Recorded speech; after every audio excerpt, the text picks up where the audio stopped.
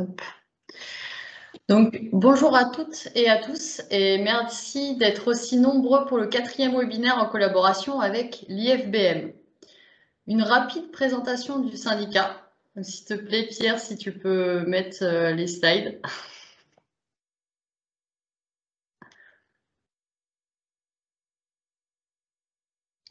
Et donc, Brasseurs de France est un syndicat des producteurs de bière depuis 1878. Il représente les brasseries artisanales, familiales et historiques.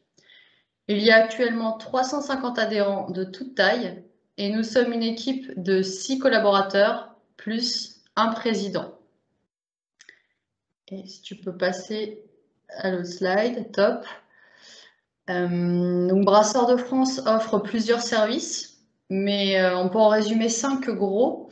Donc tout ce qui est défense de la profession, la promotion de la catégorie bière et des adhérents, le service réglementaire et le développement durable, le service social et bien d'autres. Je reste disponible pour tout complément d'information par mail ou par téléphone. Et je vous remercie de m'avoir écouté. Je laisse la parole à Pierre et vous souhaite un bon webinaire sur la réutilisation de la levure en brasserie. À toi, Pierre. Bien, bonjour à tous, merci de participer à ce webinaire, surtout dans une période où je pense que les activités ont dû reprendre de plein pot, donc tant mieux pour tout le monde. Donc moi je suis Pierre Brabant, je travaille à l'Institut français des boissons, de la brasserie et de la malterie. Donc on a été créé en 1962, donc à l'époque il y avait l'école de brasserie de Nancy, donc une école d'ingénieurs brasseurs à Nancy, qui a fusionné avec deux écoles d'ingénieurs et le centre technique de cette école d'ingénieurs est devenu indépendant. Donc en 1962, le centre technique devient indépendant et l'IFBM est créé. Donc on a un institut indépendant au statut loi 1901. Donc c'est-à-dire que les membres de notre association sont composés de Brasseurs de France, Malteurs de France et également l'Université de Lorraine qui représente l'ancienne école dont on est né. Donc, chez IFBM, on propose plusieurs services. On propose des services de formation professionnelle, des services de recherche et développement et des services d'analyse. En 1994, la partie analytique a été séparée de la partie recherche et formation professionnelle. Donc, c'est comme ça que le groupe Caltech a été créé.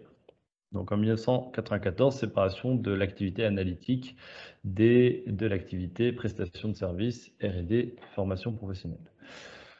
Donc le groupe Caltech, lui, propose des analyses à l'origine sur la partie filière, donc bière, malt, boisson, et aujourd'hui a développé son portefeuille d'analyse à l'agroalimentaire en général. Donc ça peut être aussi bien sur de l'analyse de produits, de la microbio standard, que du génotypage ou des analyses plus précises.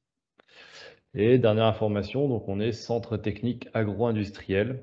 Donc on est certifié ITAI par le ministère de l'Agriculture, donc ce qui permet de bénéficier de crédits d'impôt recherche en faisant de la recherche à IFPM.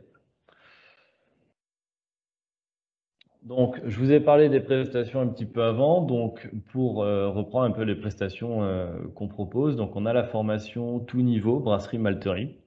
Donc, aussi bien au niveau opérateur qu'au niveau cadre et manager, et aussi bien sur le volet craft que sur le volet industriel. Donc, on essaie vraiment de couvrir l'ensemble de la filière.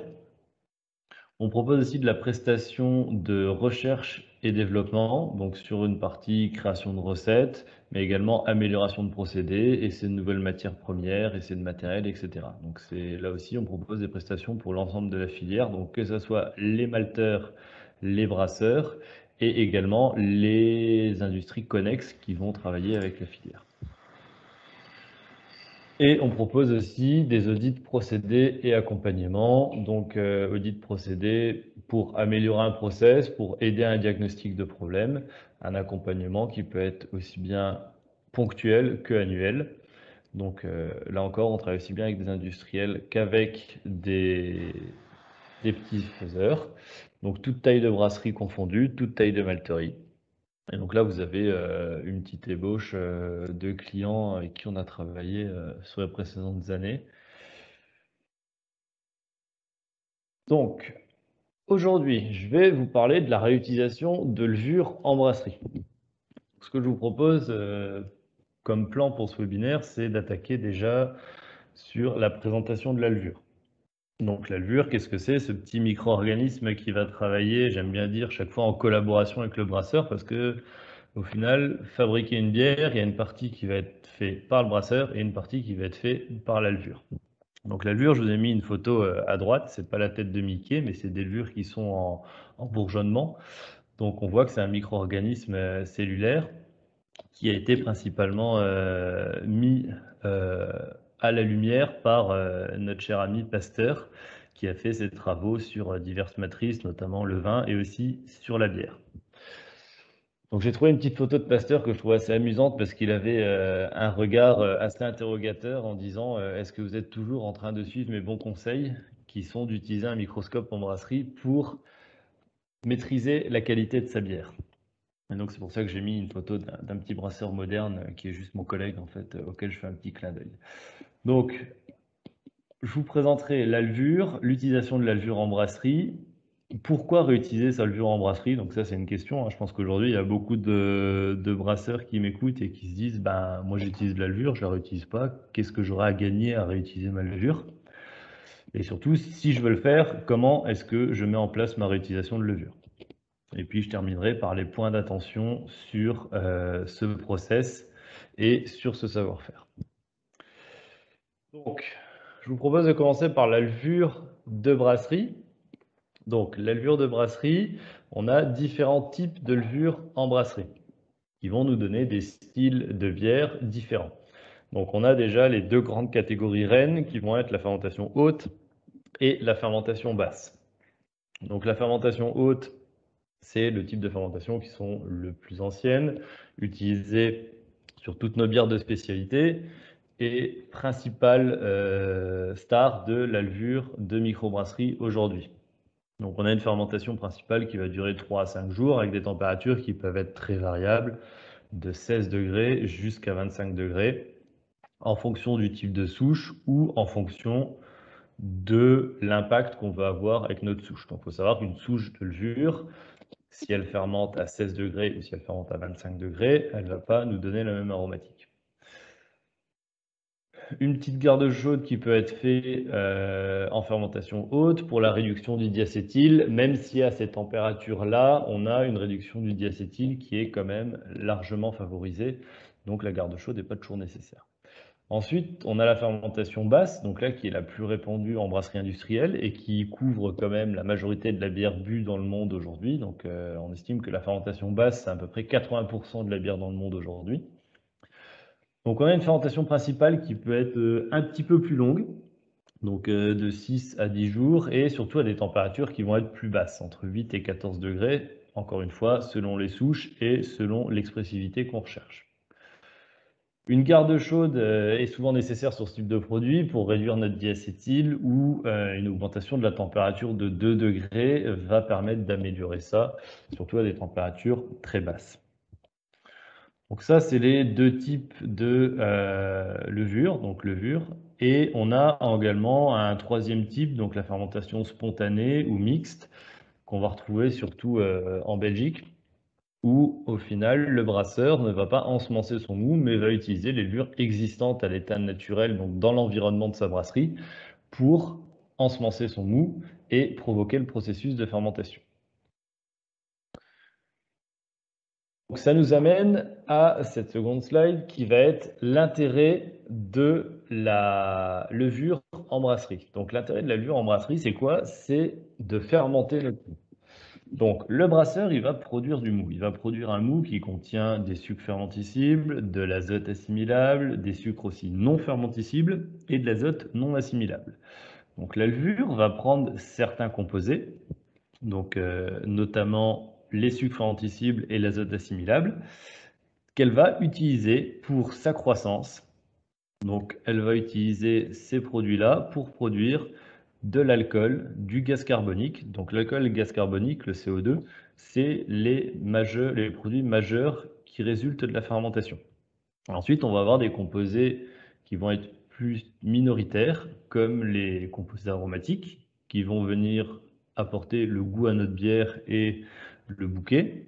Et on a aussi des acides organiques et d'autres déchets organiques qui peuvent être libérés dans le milieu, qui vont forcément impacter aussi le goût de notre produit. Et on va avoir également un dégagement de chaleur qui va être fait pendant cette fermentation. Donc, c'est cette fermentation qui va nous permettre de passer de ce qu'on appelle le mou, donc un produit sucré, non alcoolisé, à la bière, un produit alcoolisé, légèrement carbonaté, et qui contiendra encore des sucres non fermentescibles et de l'azote non assimilable qui vont participer au goût de notre produit. Donc les sucres non fermentescibles vont nous donner le corps de notre produit, et l'azote non assimilable va nous participer à la mousse notamment, et éventuellement au trouble de notre bière aussi. Donc, pour rappel, c'est la loi de Balling qui caractérise principalement cette réaction de fermentation. Donc, la loi de Balling, elle dit quoi? Elle dit que si on utilise du sucre, donc pour 100% de sucre entrant, on va transformer 46,3% en CO2, 48,4% en éthanol et 5,3% en biomasse. Et éventuellement quelques petits composés minoritaires à côté de cette partie-là.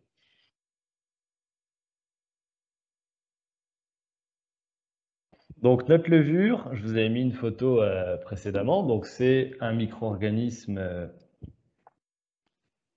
qu'on ne peut pas voir à l'œil nu. On peut voir ici en microscopie en x400. Donc je vous ai mis à gauche une Saccharomyces cerevisiae, donc la levure que l'on utilise en brasserie, donc où on voit bien les différentes cellules.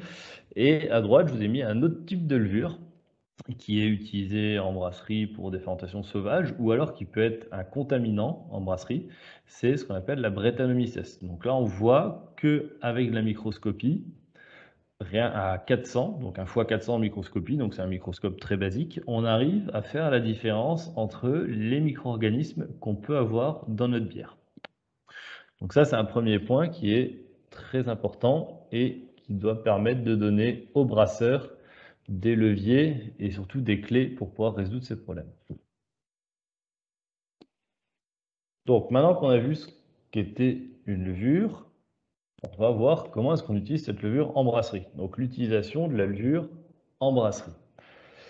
Donc pour rappel, on a le processus de fabrication de la bière avec la ligne supérieure, donc du moulin au refroidisseur à plaque, on a les étapes de 1 à 6 qui vont reprendre ce qu'on appelle le bloc chaud.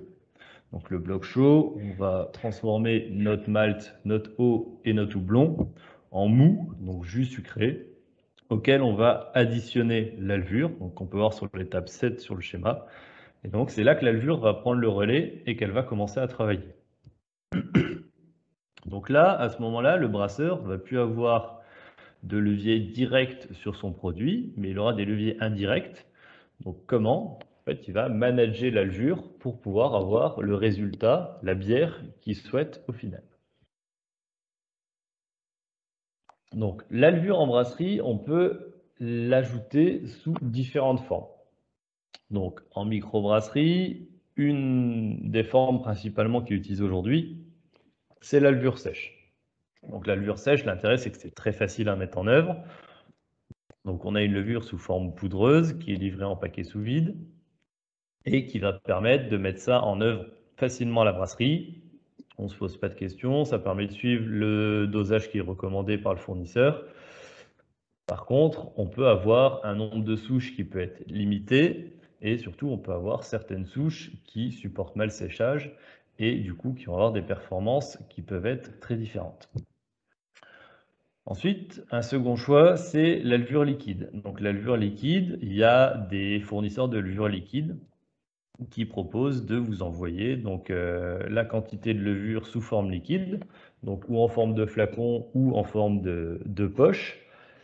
Et il y a la quantité de levure nécessaire à votre taille de batch. Donc vous lui communiquez la quantité de mou que vous voulez inoculer avec votre levure. le type de levure que vous voulez et il vous envoie quelque chose de tout prêt. Donc l'avantage des levures liquides, c'est qu'il y a un choix qui est beaucoup plus important que sur les levures sèches. Donc là, on a vraiment des catalogues très importants. Pourquoi est-ce qu'on trouve plus de choix en levure liquide qu'en levure sèche?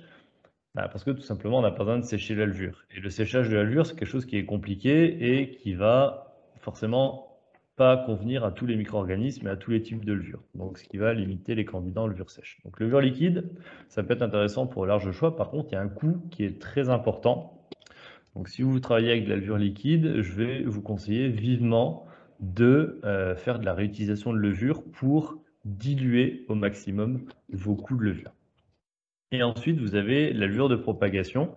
Donc la propagation, c'est quoi? Je vous ai mis un petit schéma sur la droite. La propagation, c'est de passer d'une colonie, qu'on va voir sur une boîte de pétri ou sur une gélose de tube incliné, donc vraiment une très très petite échelle, et on va faire multiplier cette colonie de levure dans un Erlen de quelques centaines de millilitres, puis dans un Carlsberg, donc qui a un petit fût dédié à la propagation qui va faire quelques litres, puis dans un tank qui va faire quelques hectos, et enfin dans le brassin qu'on souhaite inoculer au final. Donc, l'intérêt de la levure de propagation, c'est de faire de l'économie d'échelle. Donc la levure de propagation, en fait, c'est faire de la propa. Donc c'est arriver à partir d'une colonie, donc d'une boîte de pétri, à la quantité de levure dont on a besoin pour notre process. En fait, cette partie propagation, c'est ce que va vous proposer le fournisseur de levure liquide. En fait, il va se charger de faire la propagation lui-même et il va vous proposer directement la quantité de levure dont vous avez besoin pour votre process.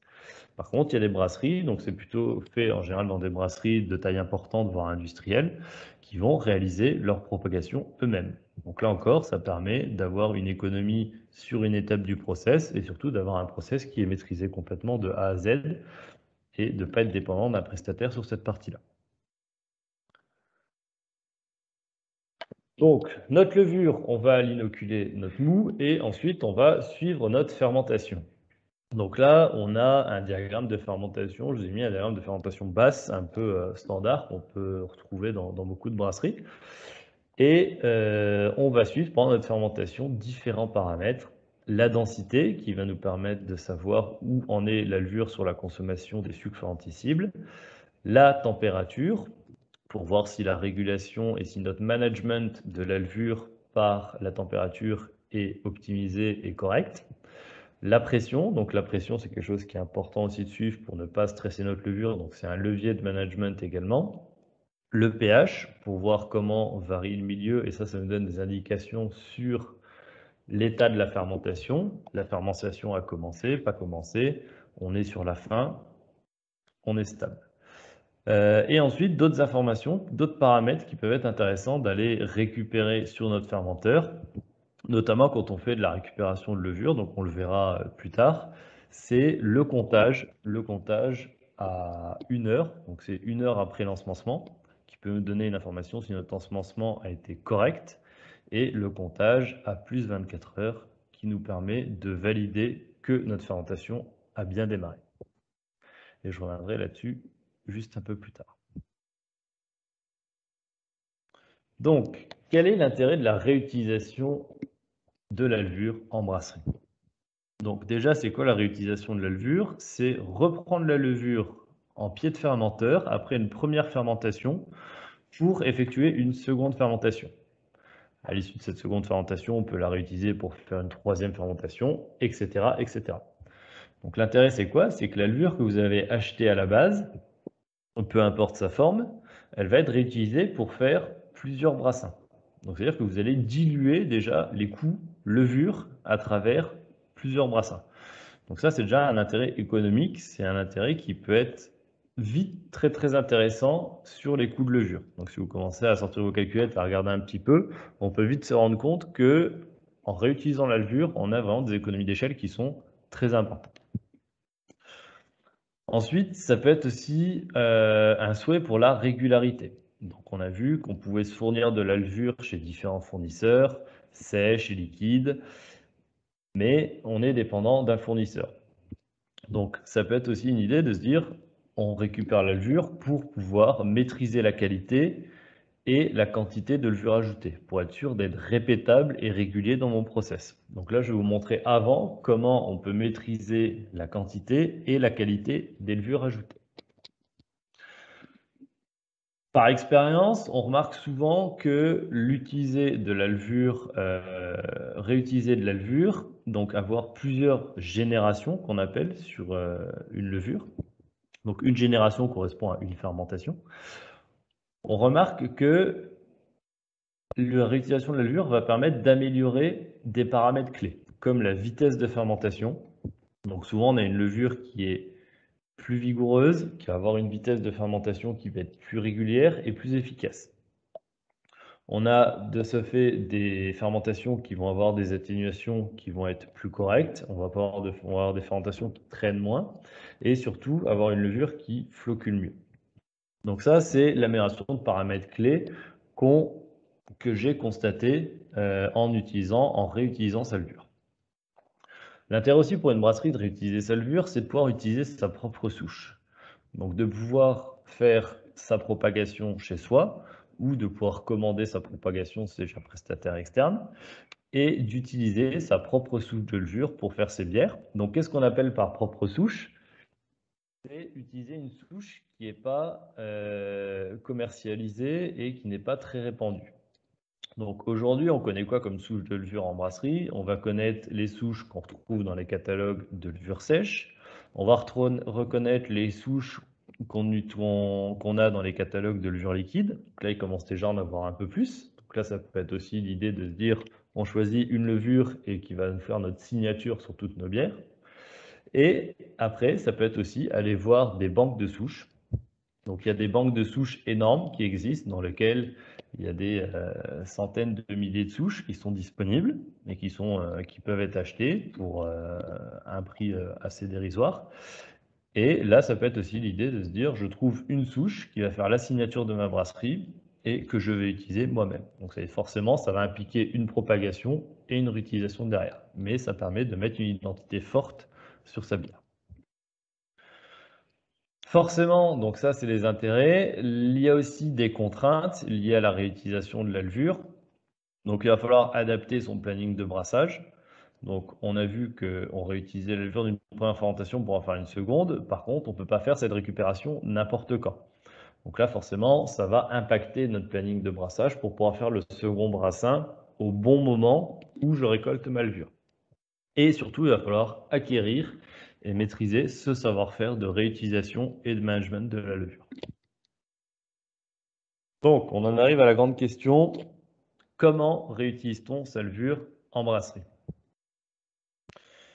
Donc, première étape, c'est déjà récolter la levure. Donc, on va récolter la levure. Quand est-ce qu'on récolte la levure? Donc, je vous ai mis de nouveau un diagramme de fermentation basse qui reprend la fermentation, la garde chaude et la mise au froid. Donc en jaune, vous pouvez suivre la courbe de température pour vous repérer dans ces différentes étapes. Donc la récolte de levure, elle peut se faire en toute fin de garde chaude, avant la mise au froid, ou idéalement juste après la mise au froid, donc 1 à 2 jours après le refroidissement de la mise au froid. Donc c'est un compromis à trouver entre le faire trop tôt, où vous allez avoir des levures qui vont être très floculantes, et du coup, ça va être des levures qui souvent ont une viabilité qui n'est pas bonne. Et le faire trop tard, ça va également augmenter la mortalité, parce que vous allez être sur des levures qui sont en fin de cycle et qui ont plus de mal à rester en vie. Donc, quand vous allez vidanger votre fermenteur, donc vous avez un fermenteur cylindre conique et vous avez, je pense, tous fait déjà de la purge de levure. Donc le premier tiers qu'on a à la vidange, on a quelque chose de très floculent qui va être très compact, souvent qui sort même presque en grumeaux. Donc ça, c'est des levures à viabilité faible qui ont même presque pas fermenté et qui ont sédimenté tout de suite en pied de tank. Ensuite, le deuxième tiers, on a habituellement quelque chose qui est plus clair, voire crémeux. C'est un peu la photo que je vous ai mis en haut à droite.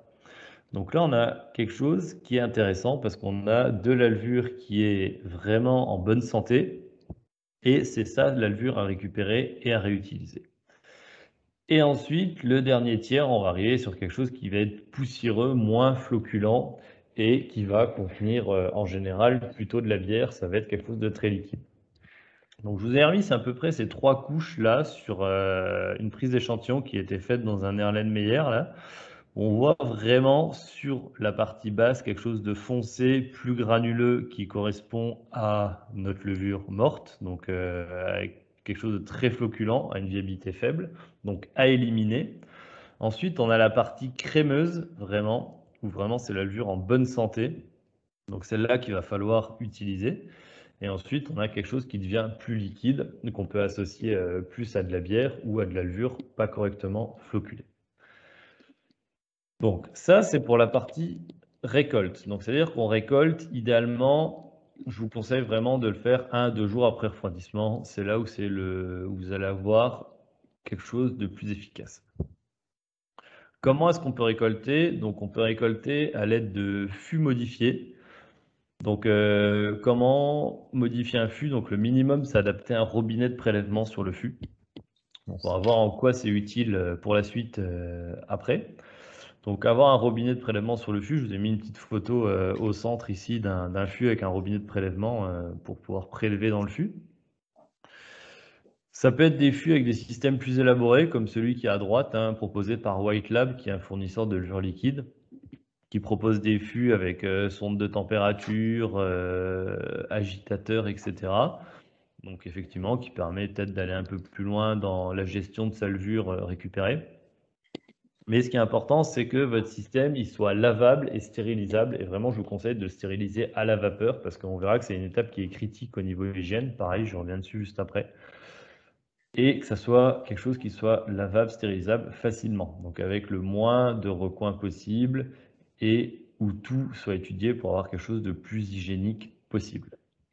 Donc ensuite, ça peut être aussi un tank dédié à la récupération de levure. Donc je vous ai mis une petite photo à droite d'un petit levurier qu'on peut retrouver en microbrasserie. Après, ça peut être des levuriers plus gros.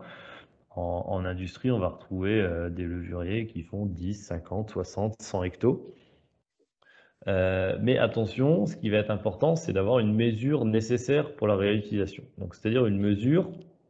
Donc vous allez récupérer la levure dans votre fermenteur, donc là il n'y a pas de souci. Par contre, il faut se dire qu'une fois que vous l'avez récupérée, vous allez la réinjecter dans un second temps, et là vous allez devoir mesurer la quantité que vous allez réinjecter. Donc ça peut être ou une mesure par le poids, ce qui je pense est le plus simple pour des brasseries de petite taille, ou alors une mesure avec un débitmètre massique calibré sur de la levure pâteuse qui va permettre de contrôler la quantité ajoutée. Donc, votre fût modifié ou votre tank, comment est-ce qu'on récolte? On récolte tout simplement en se connectant en pied de tank. Donc là encore, je vous ai mis une photo de ce qu'on fait à IFBM. Donc on vient se brancher en pied de tank après avoir préalablement purgé la levure morte et on connecte notre fût qui va se remplir tout simplement par la poussée du CO2 et la poussée de la bière qu'il y a dans le tank. Donc, quand on est sur des tanks de plus grande capacité avec des levuriers dédiés, là, il va falloir pomper la levure pour la récupérer. Mais tant que vous êtes sur des petits tanks avec des petites récupérations, donc en dessous de 100 hectos, je pense qu'il n'y a pas de souci pour pouvoir faire avec cette méthode-là. Je vous conseille de mettre un regard ou un mirreur pour pouvoir différencier la levure de la bière. Donc autant la purge de la levure morte, elle se fait avant de faire la connexion du récipient de récupération, autant la différenciation entre la levure crémeuse et la levure mal floculée mélangée à la bière, elle va devoir se faire à travers une mire qui est branchée sur la sortie du tank. Donc on arrive à récolter de la levure en une fois. Donc on va récolter de la levure et là je vous ai mis un peu ce qui se passe dans un pied de cylindro conique, donc à droite. Donc on voit qu'on va faire en fait une sorte de tunnel. Donc on a la levure qui va s'écouler par le milieu et au bout d'un moment on va avoir de la bière qui arrive alors qu'il y a encore de la levure qui est coincée sur le côté. Donc là c'est intéressant d'aller refaire une récolte 24 heures ou 48 heures après pour pouvoir, donc ça permet de tout sédimenter, de tout retasser un petit peu en pied de tank et de pouvoir récupérer de nouveau encore de la levure dans un fermenteur. Donc c'est-à-dire que vous pouvez aller récolter plusieurs fois dans un fermenteur, vous allez être excédentaire en levure et vous pouvez utiliser plus de levure que ce que vous en avez mis à la base. Le stockage, donc une fois qu'on a récupéré sa levure dans un fût ou dans un fermenteur appelé levurier dédié pour ça, donc déjà idéalement le mieux c'est de ne pas le stocker et de le réutiliser tout de suite. Donc c'est-à-dire de récolter votre levure le jour où vous brassez pour ensemencer le second brassin. Donc sinon, votre fût modifié, vous pouvez le stocker. Donc pensez à une soupape de décompression pour éviter une surpression trop importante dans le fût et avoir la levure qui se stresse et entraîner une mortalité importante de votre levure récoltée. Vous pouvez l'agiter, mais pas plus de 2 heures par jour pour juste homogénéiser la température et avoir quelque chose de toujours homogène. Et il faut bien rester en anaérobiose, donc ne pas ajouter d'oxygène à ce moment-là pour ne pas changer le métabolisme de la levure. Donc attention toujours à l'hygiène. Donc l'inconvénient, c'est les risques microbiaux sur les petits éléments qui vont être sur les fûts, sur ce qu'on peut retrouver sur notre appareil de stockage de levure. Et attention pour les bières trop houblonnées ou trop fortes en alcool, ça va impacter négativement la santé cellulaire.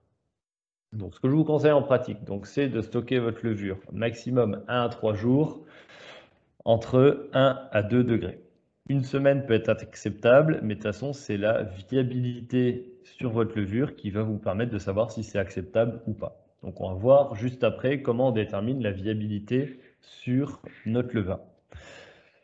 S'il y a une augmentation de pH qui est trop importante sur votre levure, ça veut dire qu'il y a eu une lyse cellulaire. Donc, lyse cellulaire, c'est une explosion des cellules, donc c'est-à-dire une forte mortalité cellulaire.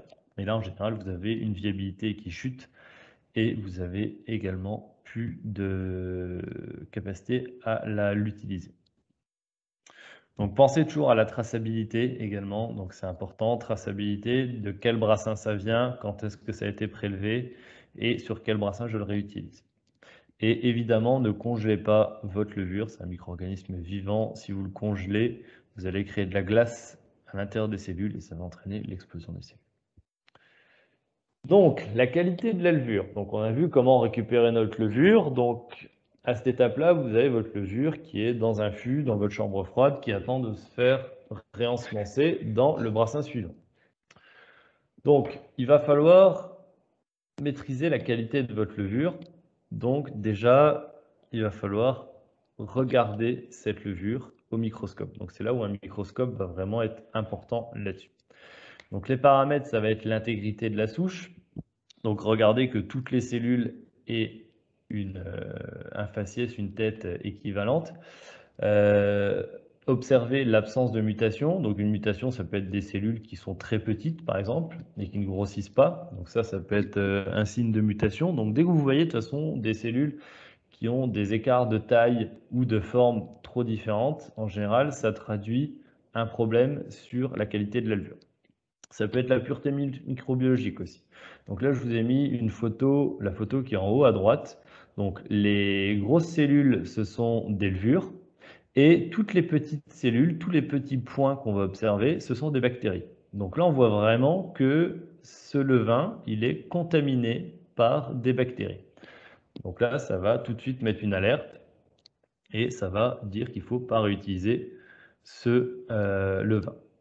Donc ensuite, il va falloir contrôler la viabilité de vos levures. Donc là, je vous ai mis une seconde photo en dessous, où si vous observez un petit peu, on peut voir des cellules colorées en bleu très foncé et des cellules qui sont plutôt transparentes. Donc les cellules colorées en bleu, avec du bleu de méthylène, elles permettent de déterminer les cellules mortes, alors que les cellules qui sont plutôt transparentes sont les cellules vivantes. Donc la viabilité, c'est vraiment le pourcentage de cellules vivantes dans un échantillon. Donc ce qu'on disait avant, pour pouvoir réutiliser sa levure, on attend un pourcentage de viabilité de plus de 95%. À ne pas confondre avec la vitalité. Donc la vitalité, c'est le potentiel de fermentation. Donc une levure peut être vivante, mais avoir peu de vitalité. Donc comment ça va se traduire? Par une fermentation qui va pas être efficace, qui va traîner. Et vous pouvez avoir aussi des levures viables avec une bonne vitalité, où là vous allez avoir des fermentations qui vont être efficaces et rapides. Donc la vitalité, ça traduit l'état physiologique de la population de levure. Donc, on parle surtout de viabilité de la levure. Donc la viabilité de la levure, ça va se faire par un comptage au microscope avec coloration au bleu de méthylène. Donc là, s'il y en a qui sont intéressés par ça, on avait fait avec un collègue l'année dernière, pendant le confinement, on avait fait un petit tuto YouTube là-dessus, donc qui réexplique les étapes pour faire un comptage. Donc, à mon sens, un comptage est essentiel en brasserie pour pouvoir observer le micro-organisme qu'on utilise, donc la levure, et surtout pour pouvoir déceler les contaminants. Donc, je vous ai remis encore 2 prises de vue au microscope sur le côté, où vous pouvez voir en haut des bactéries, donc des Pediococcus, et en bas, on peut voir des lactobacilles. Donc on voit que c'est des micro-organismes qui ont des formes très différentes de notre levure de brasserie. Donc elles sont facilement identifiables au microscope. Donc, ça ne veut pas dire que ça remplacera vos contrôles microbiologiques, parce qu'un contrôle microbiologique a une sensibilité qui est beaucoup plus importante qu'une observation au microscope. Par contre, une observation au microscope peut tout de suite voir les gros problèmes. Donc, de toute façon, pour réutiliser la levure, c'est obligatoire de faire du comptage au microscope parce que vous êtes obligé de savoir le pourcentage de viabilité de votre levain et également la concentration de votre levain. Donc, ça veut dire qu'en prélevant, par exemple, 1 gramme de levure, vous allez pouvoir faire des dilutions et connaître quelle est la quantité de cellules dans 1 gramme de levure. Et du coup, vous pourrez faire un produit en croix pour pouvoir ajouter la quantité de levure nécessaire pour votre brassin. Donc ça, c'est essentiel. Donc un comptage, ça paraît barbare comme ça peut faire peur, mais un comptage, c'est à peu près 5 minutes de préparation et 10 minutes de comptage en tant que tel pour quelqu'un qui est avisé au process. Donc c'est quelque chose qui est quand même assez rapide à faire. Donc pour la petite histoire, à l'origine, c'est Pasteur qui a commencé à apporter les comptages sur la bière en Angleterre.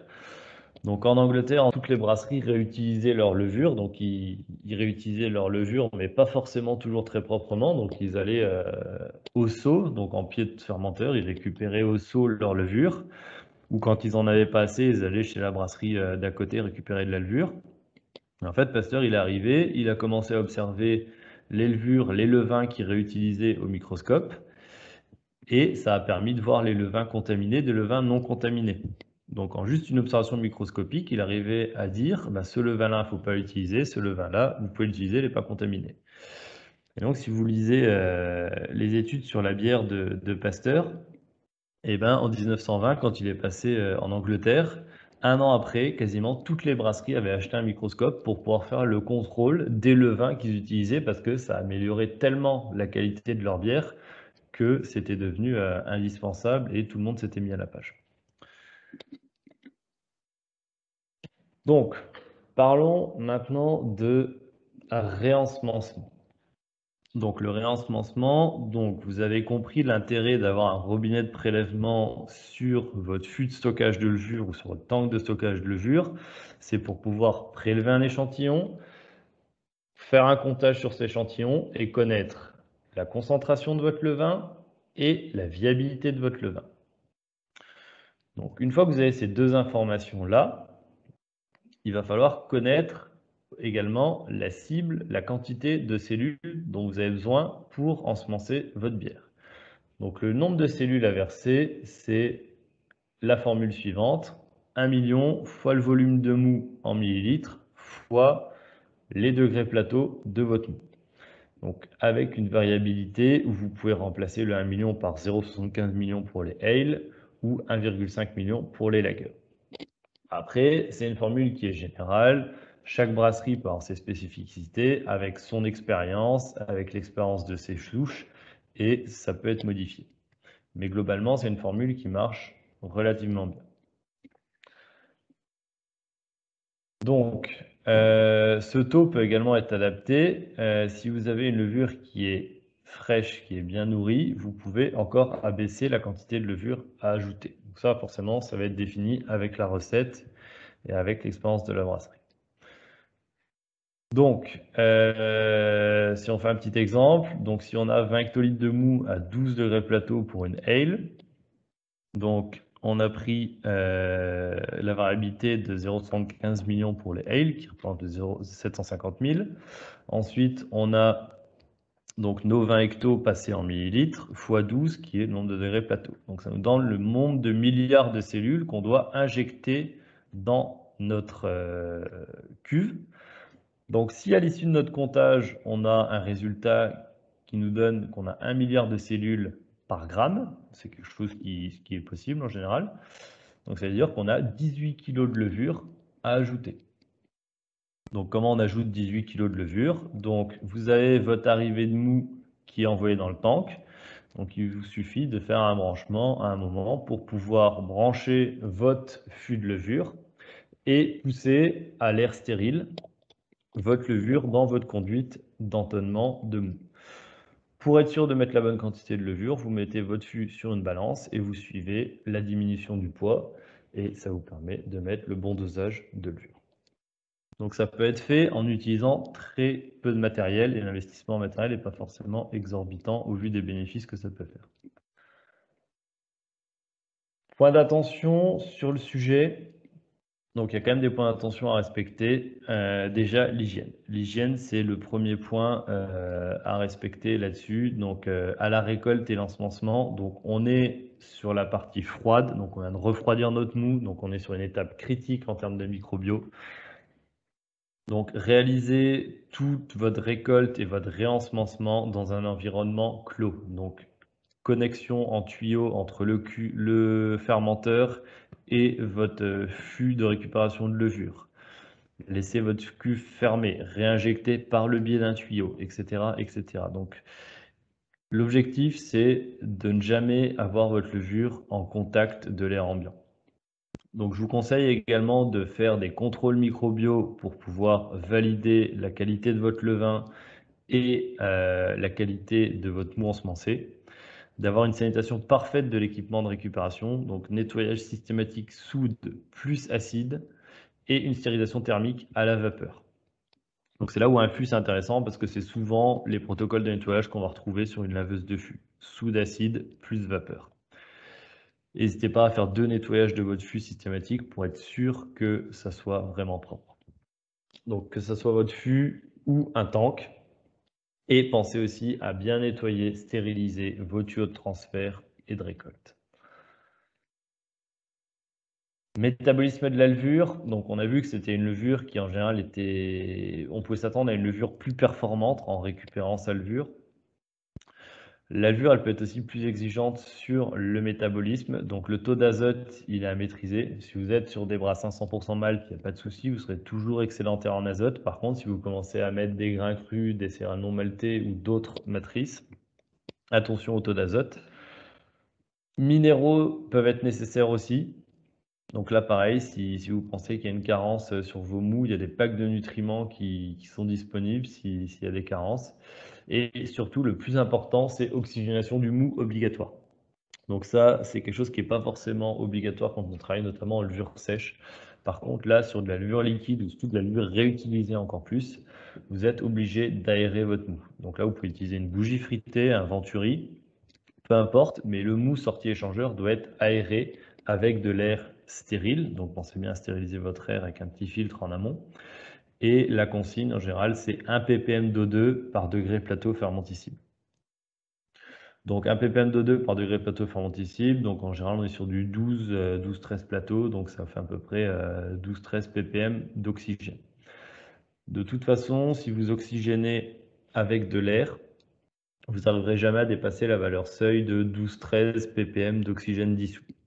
Si vous voulez monter au-delà de ces seuils-là, vous êtes obligé d'oxygéner votre mou avec de l'oxygène pur en bonbonne. C'est le seul moyen de dépasser ce plafond un peu de 12 ppm qui est limité par l'utilisation d'air. Parce que je rappelle que l'air contient que 20% d'oxygène. Et surtout, on a vu qu'on pouvait récupérer notre levure, mais sous combien de cycles? Donc en fermentation haute, on a une plus forte multiplication, donc en fait, on a plus de cellules jeunes en fin de fermentation, donc on peut réutiliser plus facilement notre levure. Donc après, on peut aller de 10 à 50 pour ceux qui poussent vraiment le plus. En fermentation basse, on a moins de multiplication, donc en fait, on a des cellules qui vont vieillir plus rapidement. Et il faut renouveler sa levure après 5 à 7 générations au maximum. Et attention au risque de production de sulfites qui peuvent également augmenter sur les générations plus élevées. Donc attention sur les fermentations basses à contrôler ces sulfites. Donc, si on récap sur le comptage, donc le comptage, ça permet vraiment de garder un œil sur votre levure. Donc faites un petit comptage au moment clé du process, 1 heure après ensemencement, ça permet de valider la quantité de levure que vous avez mis, de contrôler que votre taux d'ensemencement est bien respecté. Donc vous devez retomber sur la valeur, ou vous devez au moins être proche de la valeur que vous avez réalisée par le calcul qu'on a vu précédemment. Et 24 heures après ensemencement, un comptage va permettre de valider le début de croissance cellulaire. Donc en général, à 24 heures, on a à peu près doublé notre population de cellules. Donc ça permettra de valider le fait qu'à 24 heures, vous avez doublé votre comptage à 1 heure. Il y a un petit lien tuto YouTube, je pense qu'on mettra dans la description de la vidéo en ligne. Quand Elise la postera sur YouTube, on mettra le lien du tuto sur le comptage. Donc en conclusion, pour la réalisation de levure, donc l'intérêt c'est que économiquement c'est très intéressant, qualitativement ça va aussi être très intéressant. Par contre, ça va nécessiter forcément du petit matériel, microscope, pipette pour pouvoir préparer son comptage, modifier un fût, avoir les raccords et les vannes qui vont bien pour pouvoir brancher notre fût sur le tank, et surtout une hygiène parfaite. Donc en termes d'investissement, ça reste très faible. Par contre, il va falloir avoir un investissement sur le savoir-faire et augmenter son niveau de maîtrise à la brasserie pour vraiment maîtriser la réutilisation de la levure et un parfait management de la levure. Donc merci à tous pour votre attention et je pense que maintenant ça va être la place aux questions.